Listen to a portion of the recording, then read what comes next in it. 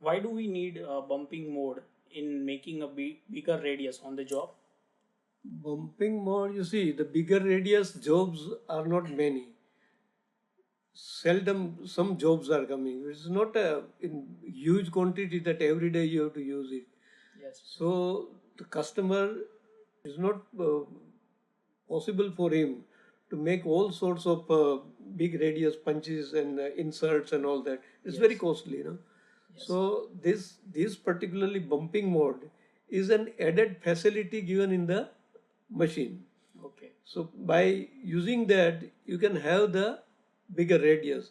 But that radius will not be smooth, very smooth, I tell you. It is only a facility.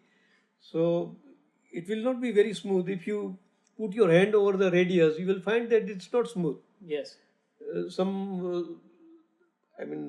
Things are coming, faults are, you will find it. So it's an additional facility.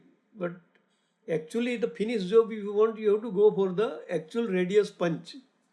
So if the customer cannot afford it, he can use that facility, and he said, okay, this radius will do because it's costly. Otherwise, the other punches are costly.